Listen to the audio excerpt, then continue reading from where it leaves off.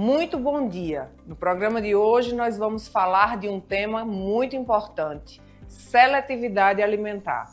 Certamente você já ouviu falar. E se você é uma das pessoas que passa por seletividade alimentar, tanto com você quanto com os seus filhos, esse programa é para você. Nós estamos aqui nos nossos estúdios com a nutricionista Thaís Torres, que vai falar conosco com profundidade sobre esse assunto e várias abordagens para que você, mãe, pai, rede de apoio, consiga fazer a introdução desses alimentos de uma forma sem trauma, prazerosa e que suas crianças cresçam gostando e se alimentando bem. Esse é o propósito de hoje do Saúde em Evidência e está maravilhoso o programa. O Saúde em Evidência tem o apoio de Líder PE, Lojas LW, Memorial Imagem, Faculdade Medicina do Sertão e Impact Soluções.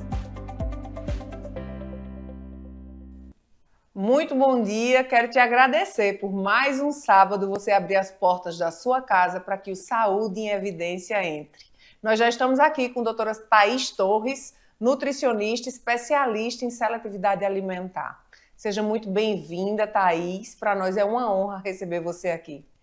Bom dia, Catarina. É um prazer estar aqui, principalmente conversando sobre um assunto que eu adoro abordá-lo. E falar sobre seletividade alimentar é algo que eu estou falando para várias pessoas, assim, para várias faixas etárias, não apenas para criança, mas ela vai abordar uma seletividade alimentar em adolescentes e em adultos também. Então, vamos começar. Quero começar, inclusive, para que você que esteja em casa saiba. Talvez você já tenha ouvido essa terminologia, mas o que é que vem a ser? O que é seletividade alimentar? Então, seletividade alimentar, ela vem a partir do momento em que a criança aprende a comer, né? Então, a criança, ela aprende a comer no dia a dia, junto com a família, com os pais. Mas quando, a partir desse aprendizado, começa a ter uma recusa alimentar, e essa recusa alimentar ela não está associada a nenhum tipo de doença, nenhum tipo de passagem que a criança está passando no momento, por exemplo, uma mudança de rotina, um nascimento de dente, um resfriado. E essa recusa ela começa a ser muito persistente. Ela passa por 30 dias, ela passa por 6 meses, e os pais começam a observar que a criança ela mudou o comportamento diante de alguns alimentos. E isso daí já começa a se chamar seletividade alimentar. Então ela começa a reduzir o grupo de alimentos que ela consome e ela passa a excluir grandes grupos alimentares. Então ela passa a reduzir a quantidade de alimentos. Não no tocante de quantidade no prato, mas no tocante de opções, de variações de alimentos que ela consegue consumir. É diferente da recusa alimentar, que é quando a criança ela come vários outros alimentos, mas ela começa a recusar alguns por conta própria e depois ela volta a comer. A criança seletiva, ela não volta a comer aquele alimento, ela realmente tem uma aversão ao alimento. Qual seria, então, só para que fique claro aí em casa, talvez você tenha pensado a mesma coisa que eu pensei agora. Qual a diferença entre seletividade alimentar e preferência alimentar? Então, a seletividade alimentar, ela tem uma redução dos alimentos, né? Ela realmente escolhe os alimentos de acordo com algumas características. Ou se é muito crocante, ou se é macio, ou se é só carboidrato, ou se é só proteína. Carboidrato, assim, só pães, massas, ou então ela só quer comer carne, ou ela só quer comer frango. E a recusa ou a preferência alimentar são aquelas crianças que comem de tudo, mas elas têm preferência por determinadas preparações, mas elas nunca vão deixar de experimentar um outro alimento. Já a criança que tem seletividade alimentar, ela não experimenta um novo alimento. Ela tem uma alimentação mais monótona, mais branda. É aquela alimentação que ela realmente fica nela e não quer aceitar nenhum outro tipo de alimento junto. Doutora Thaís, como é que se dá? Como é que na prática clínica acontece esse diagnóstico? Para chegar até o diagnóstico de de ser seletividade alimentar?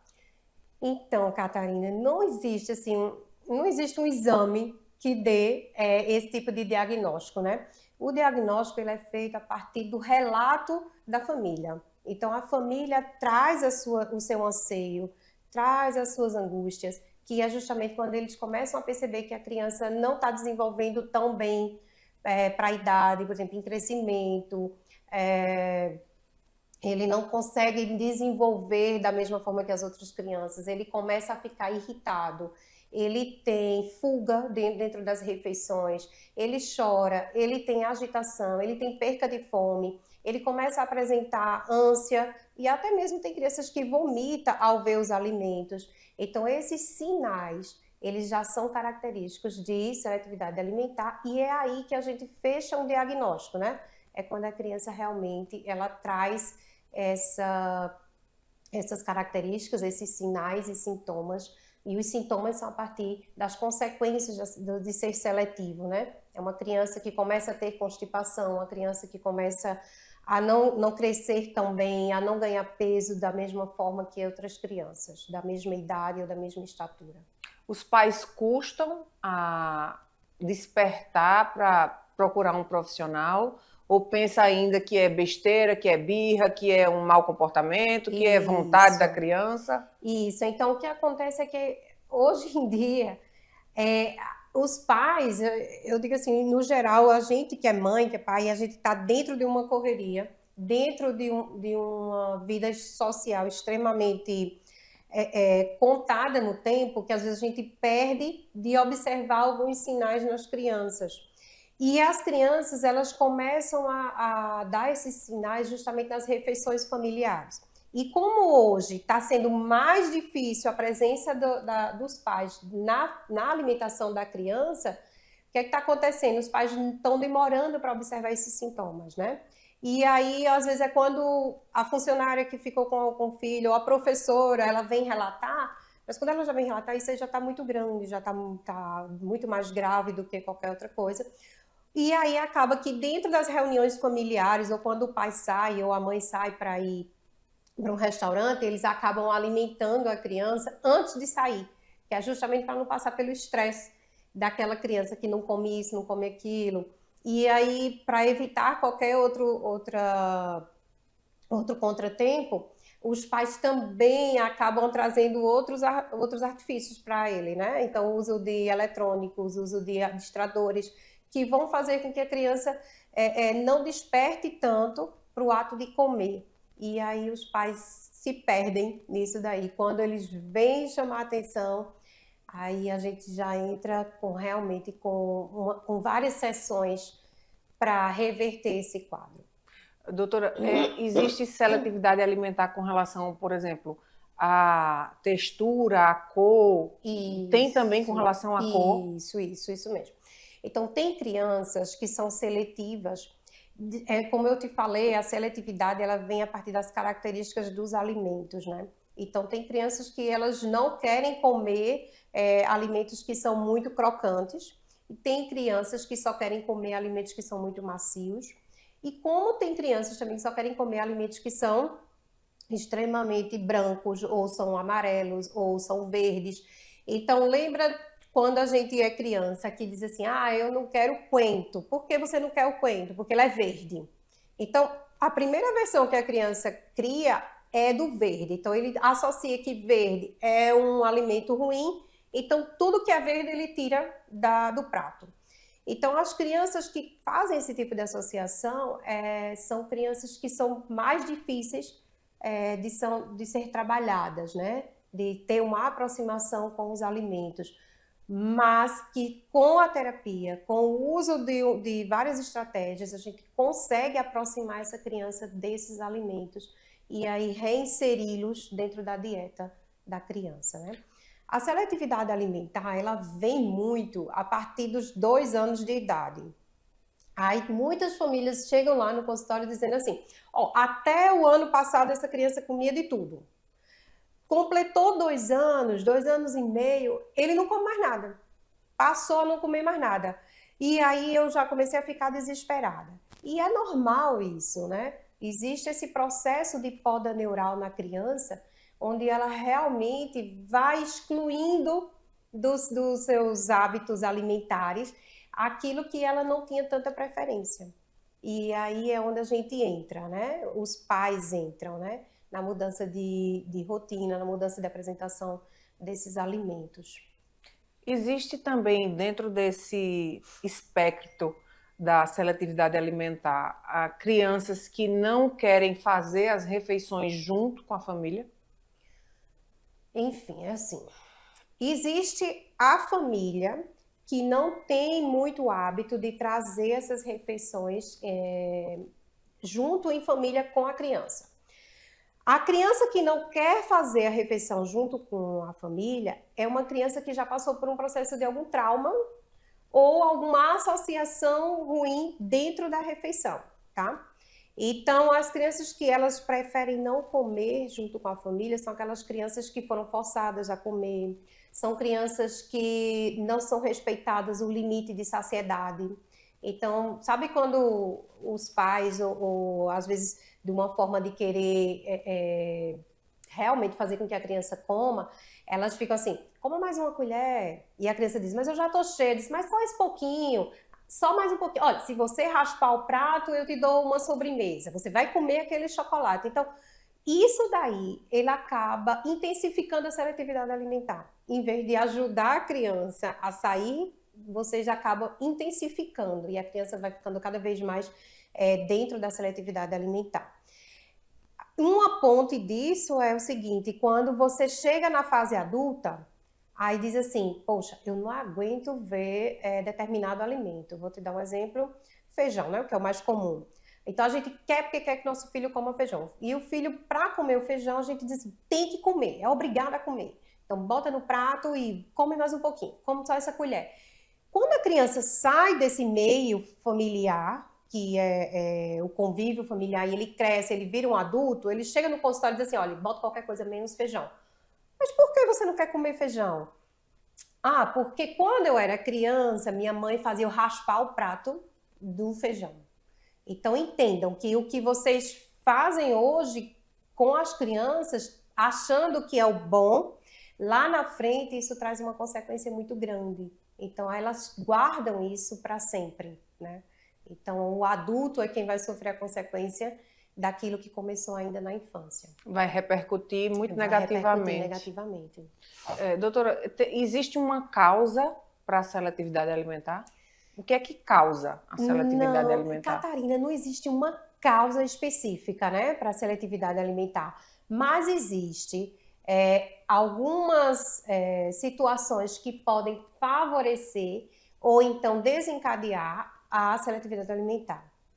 Uma dessas situações são os traumas que a gente acabou de relatar, as má associações, né, principalmente aquelas associações à mesa, onde as crianças não conseguem mais sentar à mesa, porque eles têm ali como se fosse um ambiente ruim. Repressor.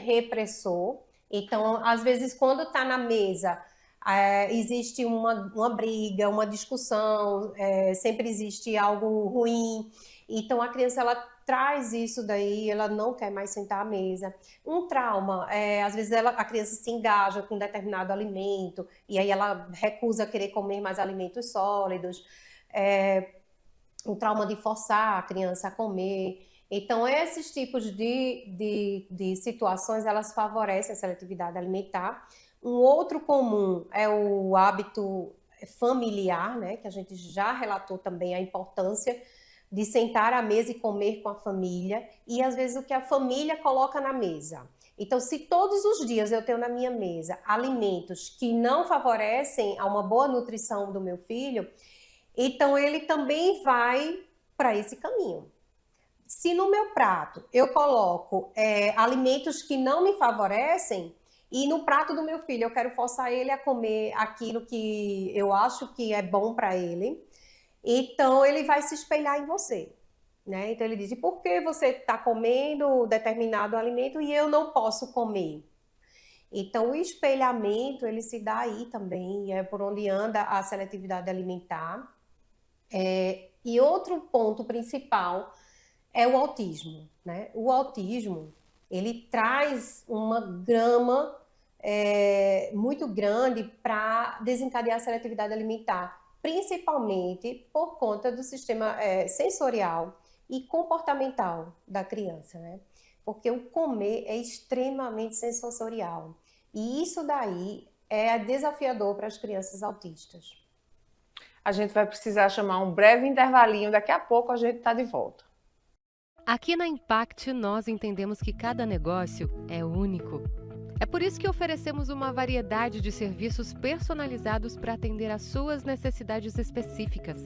Desde o desenvolvimento de sites modernos e intuitivos até o design gráfico criativo, passando pelo gerenciamento estratégico de mídias sociais.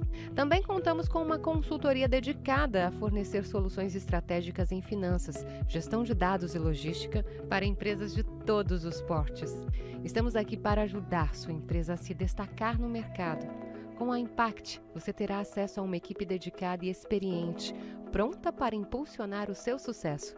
Vamos trabalhar juntos para alcançar seus objetivos e superar suas expectativas. Salas fixas, salas virtuais e salas de reuniões. Tudo em uma estrutura moderna e funcional. Precisa de um auditório? Temos capacidade para até 60 pessoas.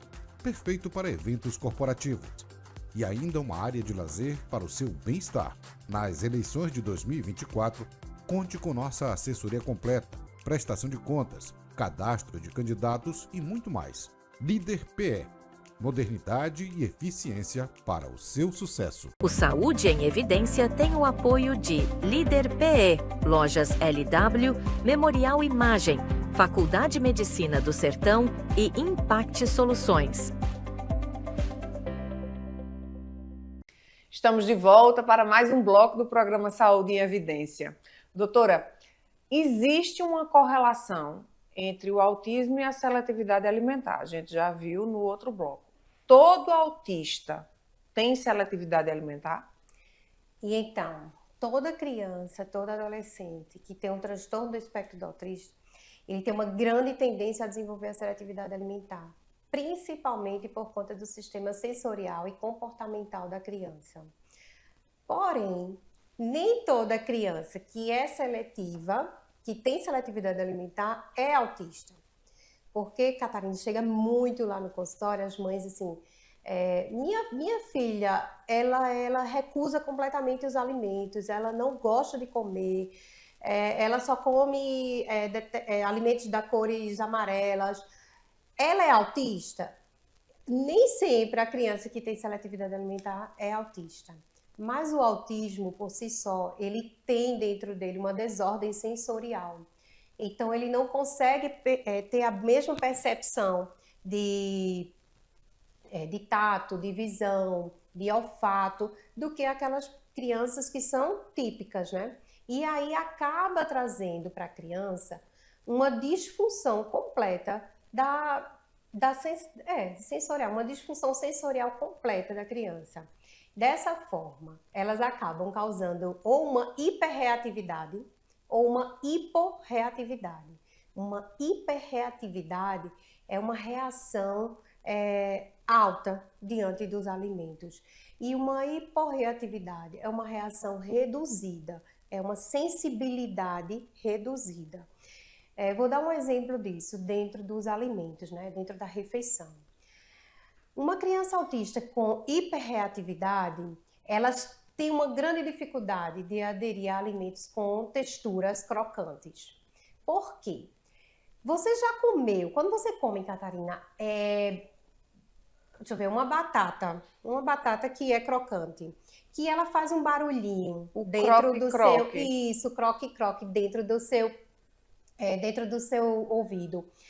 Aquele croque-croque para você é normal, flui normal, mas para uma criança autista hipersensível, aquele croque-croque é como se fosse uma bateria dentro da cabeça dele. Entendi. Entendeu? É por isso que as crianças hiperreativas, elas têm uma dificuldade de adesão a esses alimentos. Só que aí, alguns pais, eles se ligam na hipersensibilidade da criança, para os ambientes e esquece do alimento, né? Então, vários alimentos que fazem essa crocância acaba causando a recusa, né? E ele acaba recusando. Outras crianças que são hiporreativas, elas tendem a comer alimentos que são mais com sabores mais intensos, né? Por exemplo, algo muito azedo, algo muito picante. E acaba sendo um pouco perigoso, porque elas podem comer uma pimenta que é muito picante e achar que é um doce para elas, porque elas não têm a mesma sensibilidade que de crianças típicas. Esse caminho, esse desencadear, é justamente a percepção sensorial. Mas existe também, por conta do comportamento da criança, né? As comportamentais. E existe a flexibilidade que o autista não tem, que é a flexibilidade mental. Que é isso?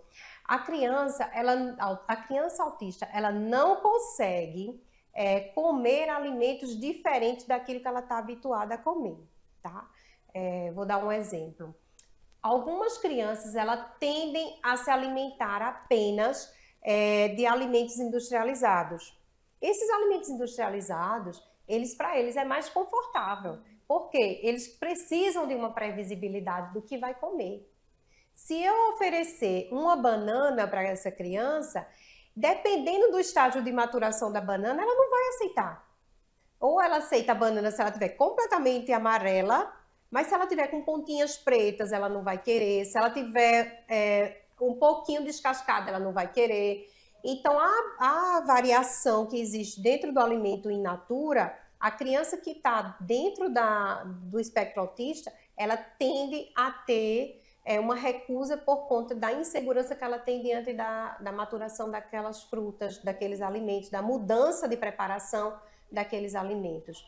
E muitas vezes as mães e os pais, né, ou responsáveis dessas crianças autistas, elas acabam aderindo a um cardápio praticamente industrializado, que é onde desencadeia as consequências de obesidade, entre outros fatores. Outras consequências é a avaliação realmente daquela criança, se ela consegue comer, se ela tem uma boa mastigação, se ela consegue engolir o alimento. Para tudo isso, a gente precisa trabalhar junto, né, com uma equipe multidisciplinar, para fazer uma boa avaliação de uma boa conduta, para reverter essa seletividade ou para inserir novos alimentos para essa criança. Doutora, é bem interessante ouvir essas estratégias, tanto para pacientes com autismo, como também aqueles que só têm a seletividade alimentar. Eu fiquei aqui pensando, em que momento da tua trajetória como profissional nutricionista houve esse despertar para estudar e se especializar em seletividade alimentar? E então, Catarina, é bem interessante essa pergunta. O que aconteceu é que eu vivi essa experiência como mãe, né? E como mãe desesperada também de um filho que era seletivo alimentar. Então, eu sou nutricionista há mais de 10 anos. Então, eu trabalho com nutrição há 12 anos. Porém, nos 2 últimos anos da minha vida, eu mudei meu rumo por conta da seletividade alimentar do meu filho.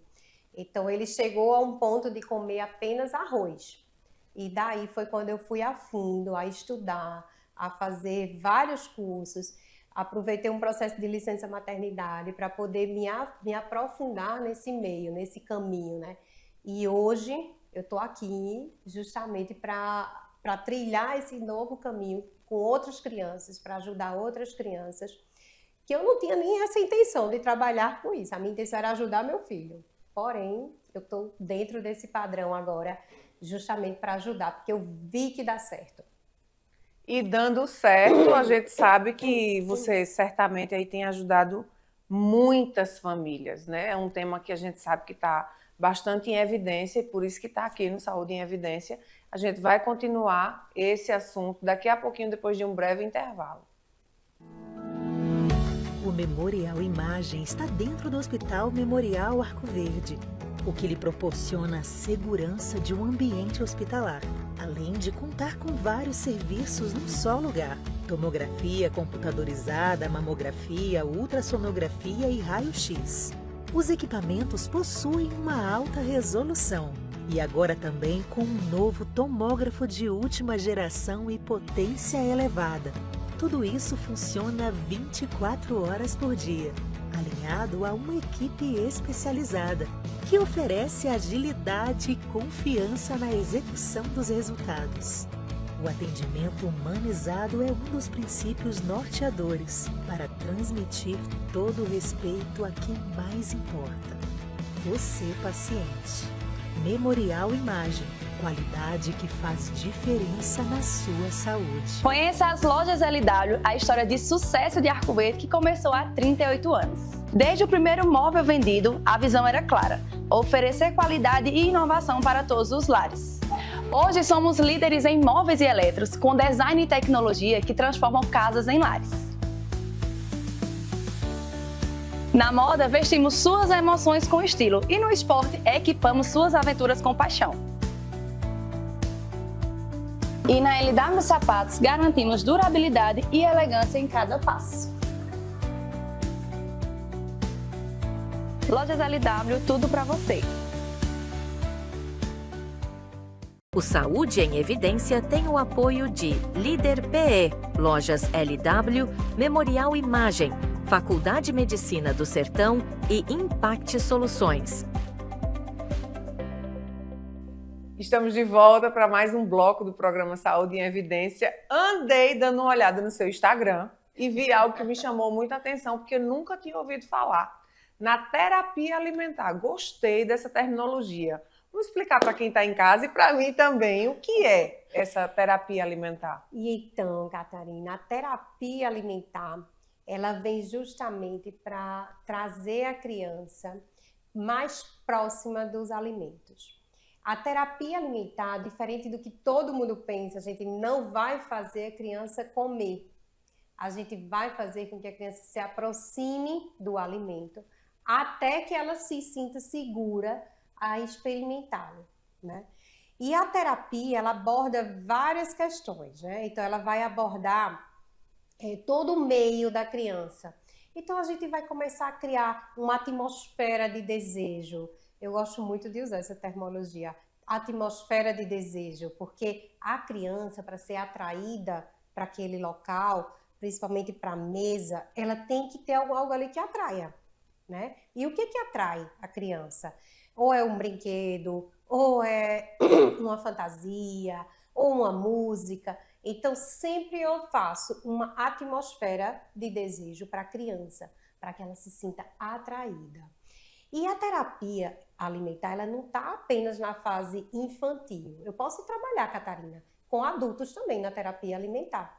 Então, eu tenho adultos no meu consultório que eles têm uma aversão imensa à verdura. Então, nenhum tipo de verdura.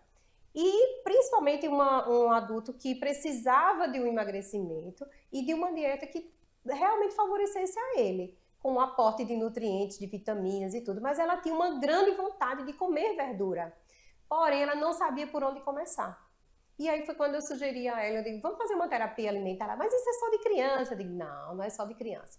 É por aí que a gente começa, é numa conversa, é entrando dentro do seu passado, é procurando saber de onde vem essa recusa, por que você está recusando tanto esses alimentos. Vamos buscar os meios para favorecer essa aproximação, né? E daí a terapia alimentar, ela vem para esse caminho. É onde a gente vai mostrar a criança, é onde a criança vai precisar tocar no alimento, ela vai precisar cheirar, ela vai precisar sentir aquele alimento no ambiente, ela vai botar a pontinha da língua, ela vai dar beijinho, ela vai brincar com os alimentos. Então, essa parte de terapia alimentar, ela é muito bonita, mas ela também é muito complexa, porque até que você consiga adquirir a confiança de outra pessoa, para que ela se sinta realmente segura de triscar naquele alimento que ela recusa, que para ela é uma ameaça, que para ela é desafiadora, então você tem que quebrar muitas barreiras, né? E existem várias estratégias para que a gente consiga fazer essa quebra de barreiras dentro da terapia alimentar. Uma criança sozinha, ela não consegue entrar dentro da terapia alimentar e ser tratada da seletividade, Catarina. Ela não vai conseguir. Ela precisa de um aporte, ela precisa de uma equipe, né? Porque aí envolve a questão psicológica da criança, aí envolve também a questão da motricidade oral. Como é que está a mastigação dessa criança? Se eu conseguir avaliar que essa criança não está mastigando bem, que ela não tem força de mastigação, então ela não vai conseguir comer. Ela não vai conseguir chegar perto daquele alimento que para ela é ruim quando está dentro da boca dela, porque ela não tem força para mastigar.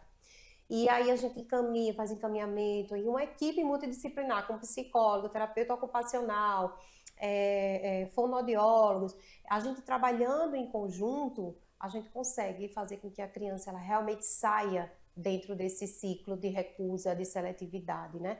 Ou para que o adulto também se aproxime melhor dos alimentos, né? A gente tem que fazer uma bela de uma avaliação. Doutora, essa recusa por algum alimento, por alguma classe de alimentos, ela pode também vir do não acesso na hora certa.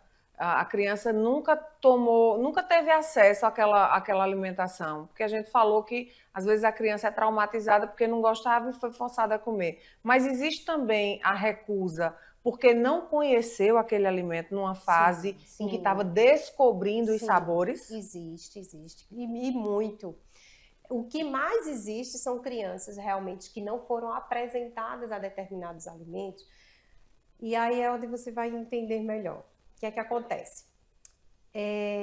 A mãe não gosta de determinado alimento. Passa para a criança. Ela acaba passando isso para a criança. A certeza de que aquele alimento não é legal. Então diz, eu não vou nem oferecer, porque se a mãe tem nojo de pegar no alimento, não gosta nem de preparar, então como é que aquela criança vai chegar perto, né?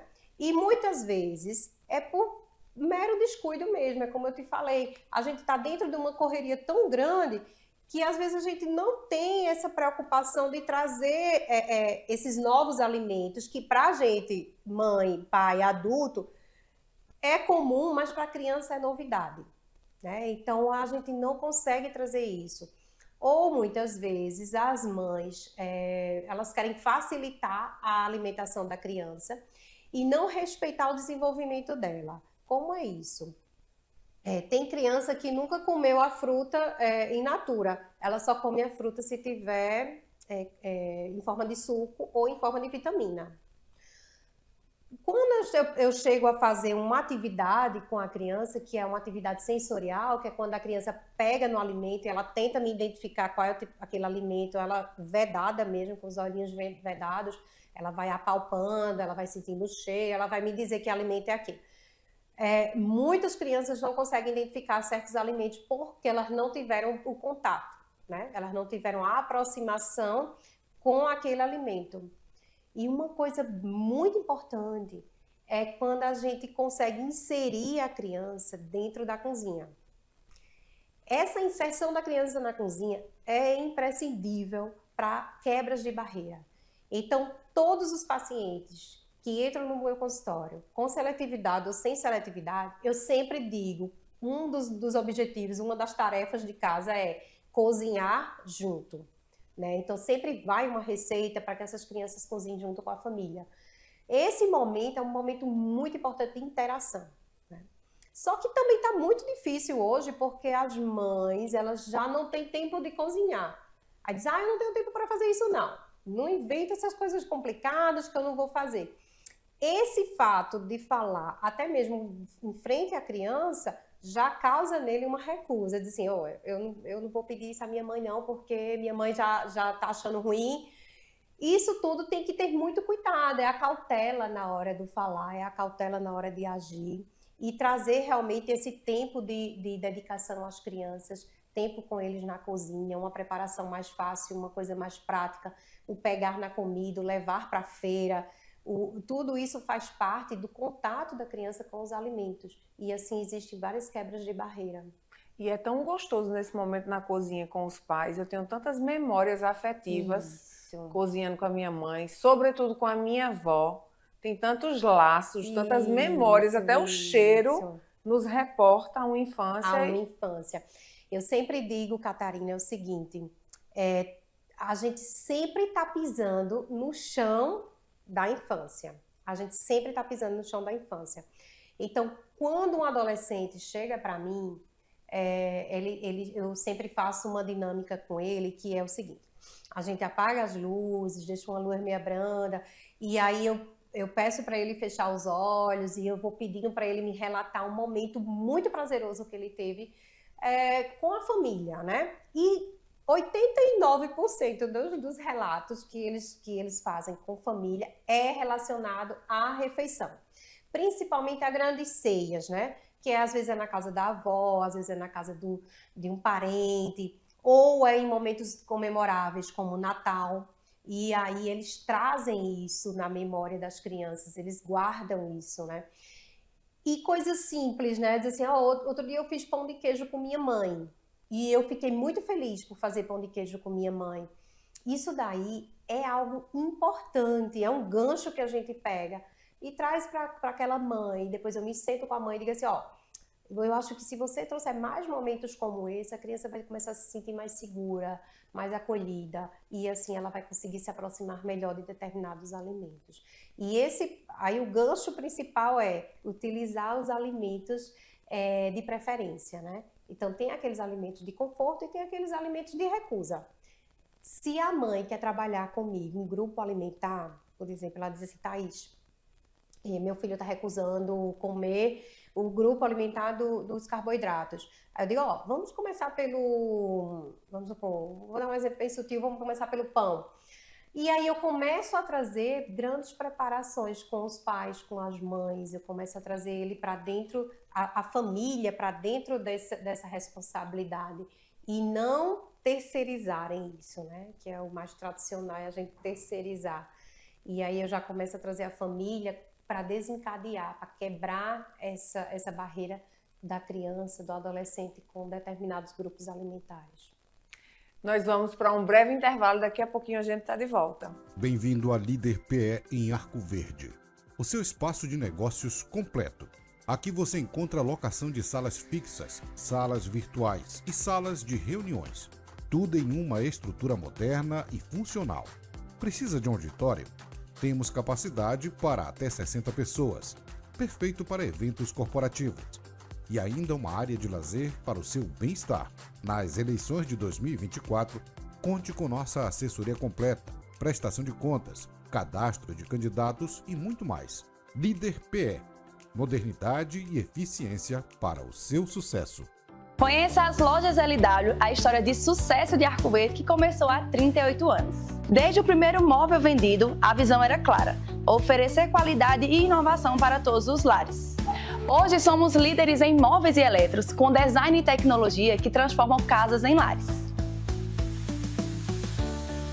Na moda, vestimos suas emoções com estilo e no esporte, equipamos suas aventuras com paixão. E na LW Sapatos, garantimos durabilidade e elegância em cada passo. Lojas LW, tudo para você. O Saúde em Evidência tem o apoio de Líder PE, Lojas LW, Memorial Imagem, Faculdade de Medicina do Sertão e Impact Soluções. Estamos de volta agora para o quarto e último bloco do programa Saúde em Evidência e a gente agora vai para a parte prática. A doutora Thaís vai mostrar aqui para vocês como ela faz algumas estratégias da terapia alimentar. Doutora Thaís, fique à vontade agora. Então, Catarina, existem realmente algumas estratégias que a gente utiliza, que é para a aproximação da criança, né? É como eu te falei, dentro da terapia alimentar, a gente respeita uma escala, né? Que é a escala do comer. Onde a criança, primeiro, ela tem que interagir com o alimento, ela tem que sentir o cheiro, ela tem que experimentar. Para chegar a experimentar, ela precisa realmente passar por algumas etapas, né? Que é justamente do tocar, do respeitar ela ali, tolerar ela perto de você, né? E aí eu trouxe algumas estratégias que alguns pais podem começar a utilizar em casa mesmo, que é justamente a estratégia da aproximação. Vou te dar um exemplo com relação a algumas crianças que não gostam muito de carne, né? Sim. Elas têm uma rejeição muito grande com carne. Aí, algumas crianças rejeitam tanto a carne que elas não gostam nem do cheiro da carne. E aí, a minha estratégia principal, uma delas é começar a colocar essa carne dentro de um potinho, tá? Dentro de um potinho. E esse potinho, ele vai ficar em cima da mesa, tá bem? Essa mesa, vou te dar um exemplo, vamos supor que você, Catarina, não gosta da carne. Certo. E aí eu digo, aí você diz, Thaís, mas eu queria quebrar essa barreira comigo, mas eu não aguento sentir o cheiro da carne. Então vamos supor, se eu abrir esse pote aqui, ele vai exalar o cheiro e você eu vou perguntar a você, você está tolerando esse cheiro? Aí você diz, dá, mas atrapalha você comer outro alimento com esse cheiro? Atrapalha. Aí a gente fecha, sempre respeita, fecha. E qual é a dica? Mantém o pote lá. Certo. Não tirar da visão espacial da criança aquele alimento, entendeu? Porque ele não pode fazer uma refeição isolada, ele tem que fazer uma refeição em família. A refeição em família sempre vai ter a presença da carne, de todos os grupos. Sim. Então ele tem que aprender a tolerar e principalmente o cheiro desse alimento, tá? E aí, aos poucos, essa aproximação ela tem que ir sendo quebrada. Então, qual é a próxima dica? Na outra semana que ele vier, a gente já vai estar com potinhos com furinhos, tá? Que aí o cheiro vai exalar de forma mais gradual. Depois a gente aumenta esses furinhos, depois a gente consegue abrir o pote. E esse pote e essa comida que a gente conseguir abrir, que conseguir trazer do pote para o prato. E esse prato da criança, ele tem que ter divisória, tá? Ele tem que ser um prato com divisórias. Principalmente se for aquelas crianças menores. Se for uma criança extremamente seletiva, é imprescindível que esse prato realmente seja com divisórias. Então perceba, vamos supor que a criança ela tolere bem... Deixa só eu mostrar aqui. Para quem está em casa, o prato com divisórias. Os pratos com divisórias, porque eles conseguem se sentir seguros no momento em que a criança diz assim, esse alimento não vai se misturar com esse, nem vai se misturar com esse. Então, tem crianças que conseguem consumir algum grupo alimentar, eu dei um exemplo aqui de um tomate, mas que quando eu coloco a carne aqui, se elas se misturassem, ela não iria mais comer o tomate. Daí, eu coloco a carne separado, porque aí dá segurança a essa criança de dizer assim, eu vou comer isso, eu posso experimentar essa carne se quiser, mas pelo menos ele já está tolerando no prato, certo. Entendeu? Um outro ponto importante é o tipo de apresentação. Vou pegar o gancho do prato que já está aqui. Essa apresentação do tomate que eu tenho aqui, se eu colocar esse tomate para uma criança que não tem aproximação com nenhum tipo de verdura, com certeza ele vai deixar no prato, ele vai recusar. Mas se eu começar a colocar o tomate para a criança nesse tipo de corte, que é um corte menorzinho, pequenininho, essa criança ela com certeza vai se sentir um pouquinho mais segura e atraída para consumi-lo. Se não consumi-lo, mas pelo menos para chegar perto dele. Um outro ponto é o seguinte, nunca colocar grandes porções. Então, o que é que eu posso fazer? Eu posso pegar o tomate que eu parti, vamos supor que está em outra preparação, outro prato, e aí eu posso colocar no prato da minha criança, ela assim, três pontinhos. E aí, é diferente de eu apresentar assim, para quem não come verdura, isso aqui é um terror, eu apresentar uma preparação com grande quantidade, principalmente em tamanhos muito grandes. Mas quando eu começo a apresentar em pequenas porções e cortadinhos, pequenininhos, a criança ela já começa a se sentir segura. Ela aqui pode brincar com o alimento, ela pode pegar na mão e experimentar, ela pode simplesmente botar no garfo, tá? E daqui ela já começa a desencadear uma interação com o alimento, né? Isso aqui é uma das estratégias que a gente utiliza. Uma outra coisa muito interessante é quando a gente utiliza a forma de apresentação da carne. Lembra da carne de Catarina que ela não gosta? Aí a gente começa a mudar as apresentações. Então, eu trouxe aqui 3 tipos de apresentação de carne. E aí eu vou perguntar a Catarina. Eu digo, Catarina, qual dessas aqui você se sentiria mais próxima para você chegar assim e dizer assim, Thaís, eu ainda iria conseguir chegar perto, né? Para tentar experimentar ou para tentar ter uma boa relação, né? Se eu apresento uma preparação inteira, ela assusta mais, ela assombra mais. Mas se eu trouxer ela mais picadinha, pode ser que aqui ela ainda já consiga se aproximar. Mas quando eu trago ela bem trituradinha, então aqui eu já consigo trabalhar melhor a carne para a criança, né? Então aqui eu consigo fazer um patezinho, eu consigo fazer um almôndega, eu consigo trabalhar sempre lembrando a criança que aquilo ali é carne. Nunca a gente vai esconder o ingrediente, mas a gente vai mudar a preparação, tá? Esse tipo de preparação aqui, ela não atrai muito as crianças. E essa aqui, então, nunca coloque no prato de uma, porque ela nunca vai chegar perto. Então, vai ter na mesa? Vai. Mas aí você sempre vai dar a opção que a criança pode variar esse tipo de cortes, né? É muito interessante o que você falou, doutora. Você deixou aí um gancho e me veio um questionamento. Tem muitos pais que erram por esconder dos filhos que ali é aquele alimento. Isso pode, de alguma forma, repercutir negativamente. Com certeza.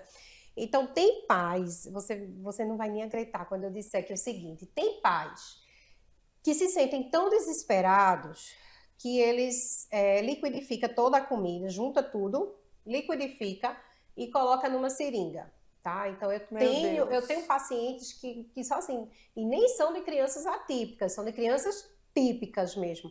Então, tem pais que estão tão desesperados que eles fazem esse tipo. Eu digo, você sabe por que você está fazendo isso? Não, porque a única coisa que eles querem, o único anseio que eles querem é que a criança coma. E é na terapia que eu vou mostrar o contrário. Eu digo, a criança não precisa comer, mas ela precisa ter uma boa relação com aquele alimento, para que ela cresça, para que ela realmente amadureça em cima daquele alimento e ela se sinta segura para comer, tá? E esconder o alimento da criança é a coisa mais errada, é uma atitude que a gente faz inconsciente, com a intenção de ajudar, mas que acaba trazendo muitos prejuízos, né? Então tem muitas mães que dizem assim, ele come verdura, mas tá triturado. Não faz isso, entendeu? Então, dentro da consulta mesmo, elas começam a sussurrar que aquilo ali tá escondido, que comeu a cenoura sem saber que era cenoura.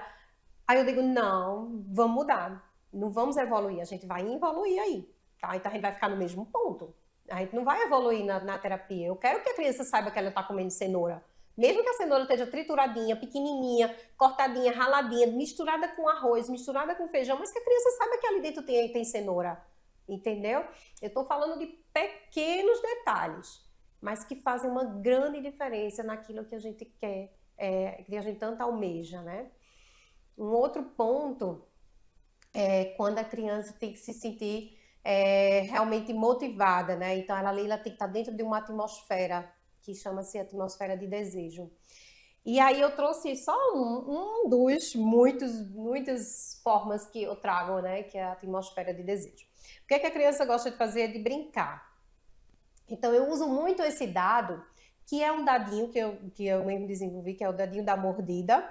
E aí a gente diz assim, fulano, quando a criança já passou pela fase de teste, que é justamente a fase que a criança já se aproximou do alimento, a gente já começa a utilizar esse dado, né? Por exemplo, eu chego com a criança e digo assim, a gente tem aqui o frango para você tentar experimentar.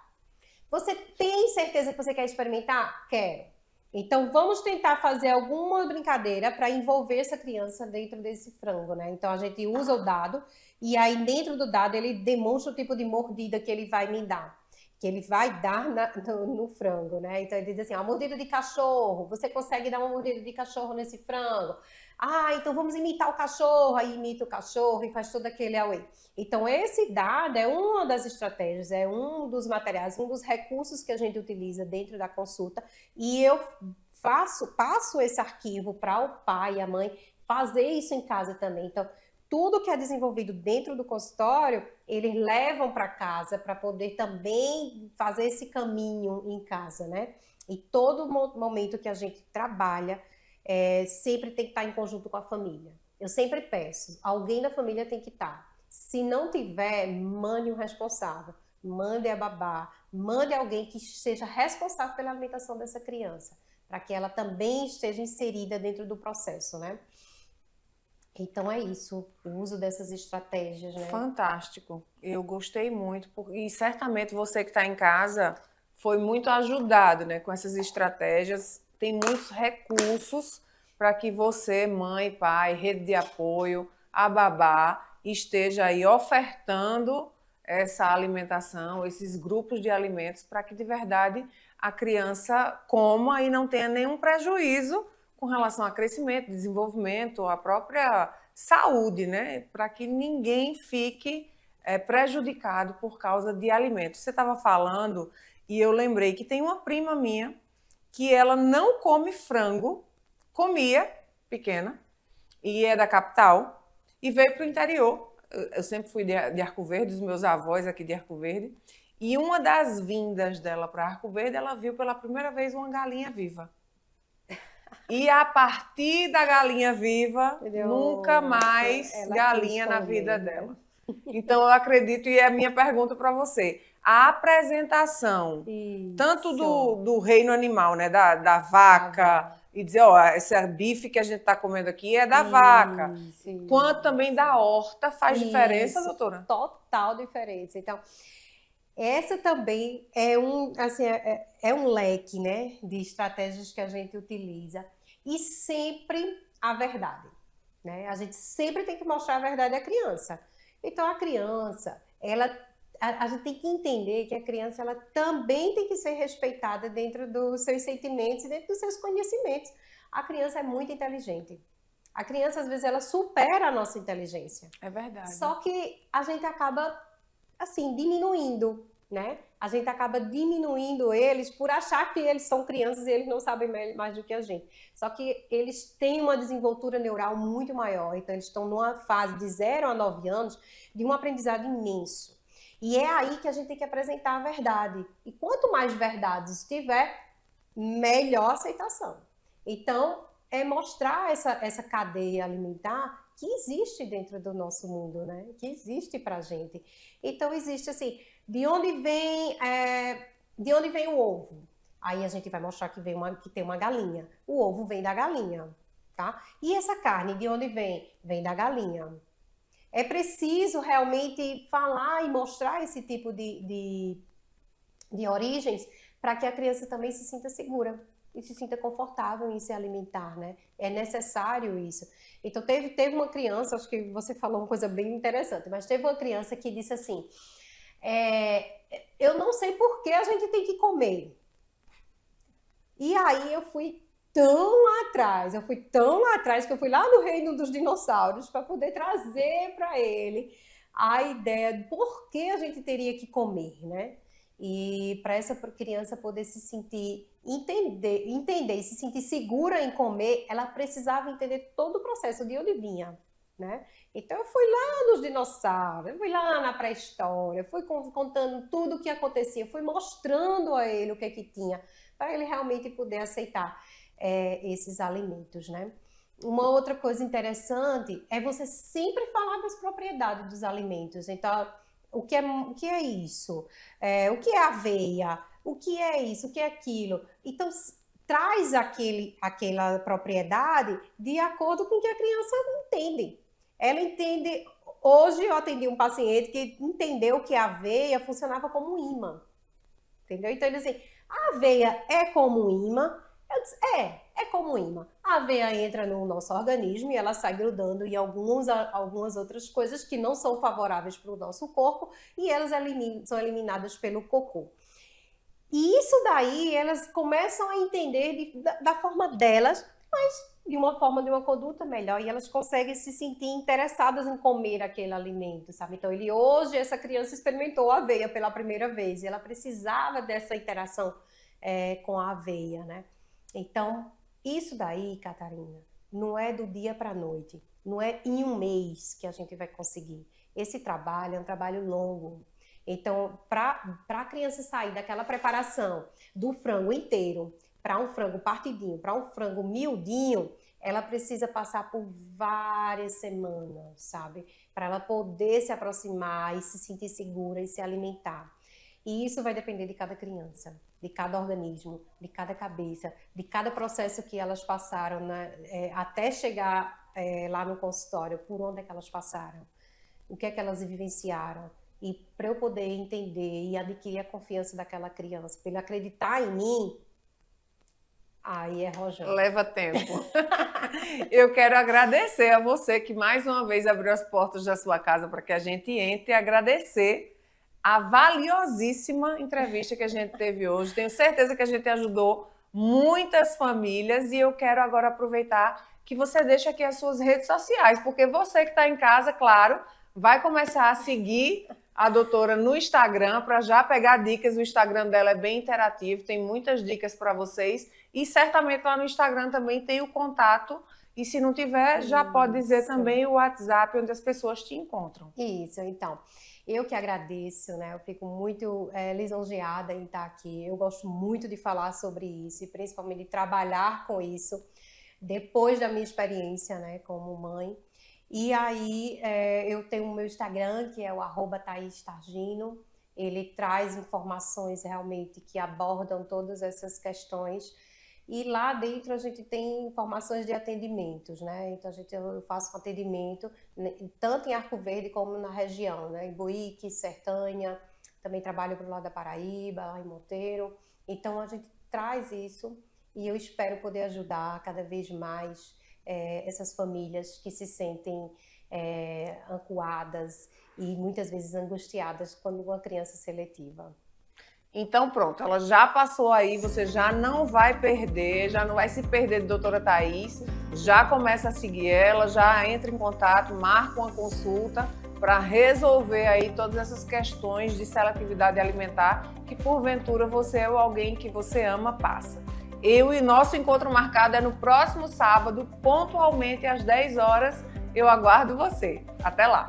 O Saúde em Evidência tem o apoio de Líder PE, Lojas LW, Memorial Imagem, Faculdade de Medicina do Sertão e Impact Soluções.